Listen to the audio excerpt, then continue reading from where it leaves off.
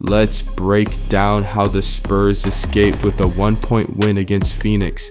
San Antonio beat the Suns 101-100, sealed by a Victor Wembanyama buzzer beater with just over a second left. But when you look at the numbers, the story gets interesting, because by most statistical measures, Phoenix actually played the better game. And I'm not trying to rain on the parade here, but this is now the second time in 4 days where the Spurs were statistically outplayed and still won. The first was against the Clippers in Los Angeles. In that game, San Antonio got dominated in 3 of the 4 quarters. They even trailed by 14 early. The only quarter they truly controlled was the second, when they went on a huge 22-0 run, and something very similar happened in the Phoenix game. I ran the numbers across both games and one pattern jumps out. In each game, San Antonio won 1 quarter in Clippers and 2 for the Suns. Against the Clippers, it was the second quarter. Against Phoenix, it was the third and fourth. Outside of those quarters, the opponents outscored them. Even the shooting numbers tell the same story. The Spurs shot 46% against the Clippers and only 42% against Phoenix, both below their season average. Against the Suns, they also shot just 29% from 3. Normally, you do not win games shooting like that. I created something called a win conviction score. It looks at 5 things: quarters won, shooting edge, possession edge, paint dominance, and transition play. The Clippers game scored 3.6 out of 10. The Phoenix game scored 3.2. Those are what I would call structurally fragile wins. In other words, wins that rely on a specific moment or collapse from the opponent, not a full game of control. And that matters, because in the playoffs, you can't depend on miracle endings every night. But with that said, let's talk about what actually happened in this game. First second chance points, Phoenix generated 14 second chance points. San Antonio had only 5.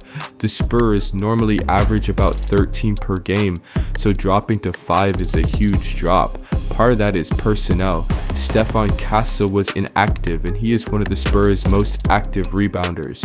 Without him, the Spurs simply didn't have the same energy on the glass. Phoenix took advantage of that all night. Next is turnovers. Phoenix committed only 11 turnovers.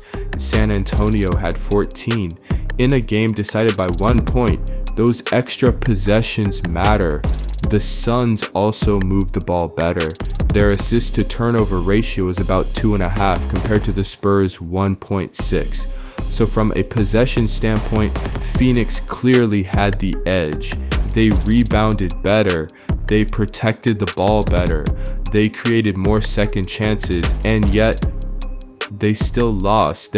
The reason comes down to free throws. San Antonio shot 91% from the line. That's far above their usual 81%. Victor Wembanyama went 12 for 12. De'Aaron Fox went 6 of 7. Phoenix, meanwhile, shot around 76%. That difference quietly erased Phoenix's advantage of possessions. Every time Phoenix created an extra opportunity, the Spurs answered by getting to the line and converting. Then came the fourth quarter. Phoenix entered the final period up 7, but Fox and Wembanyama started attacking the rim relentlessly. Fox scored 13 points in the quarter. The free throws kept coming. The lead slowly disappeared, and then came the final moment.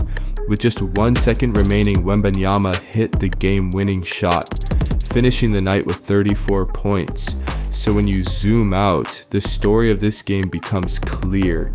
Phoenix won the possession battle, but San Antonio won the moments that mattered.